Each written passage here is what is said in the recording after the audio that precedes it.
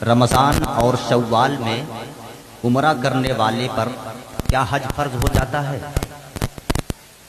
رمضان شریف میں عمرہ کرنے کی بہت فضیلت ہے۔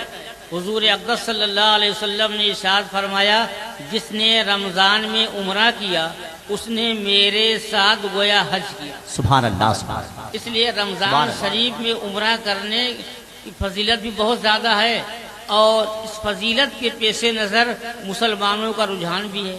رمضان شریف میں حج سے زیادہ عمرہ کرنے والوں کی بھیڑ ہوتی ہے۔ تو اگر شعبان میں جائے یا رمضان میں جائے، عید سے پہلے عمرہ کر کے آ جائے، کوئی مسئلہ ہی نہیں ہے۔ مسئلہ کب ہوتا ہے کہ اگر رمضان میں گئے اور شوال کا چاند مکہ مکرمہ میں ہو گیا، اور اب تو سستے کے لیے لوگ شوال میں عمرہ کرنے جاتے ہیں کہ سستا ہے، لیکن یاد رکھیے جس نے حج فرض نہیں کیا ہے تو شوال میں اگر مکہ مکرمہ جائے گا تو اس پر حج فرض ہو جائے گا۔ سبحان اللہ، سبحان اللہ۔ تو گئے تھے عمرہ کرنے کے لیے، ظاہر ہے کہ عمرہ کے بعد گورنمنٹ رکنے نہیں دے گی، واپس کر دے گی، تو گئے تھے عمرہ کرنے اور ان پر حج فرض ہو گیا۔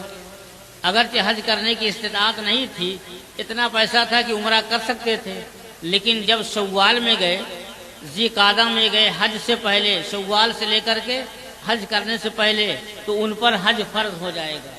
اس لیے جنہوں نے حج نہیں کیا ہے، شوال اور ذی قعدہ اور 10 دن ذی الحجہ یہ حج کے مہینے ہیں، ان مہینوں میں عمرہ کے لیے نہ جائے۔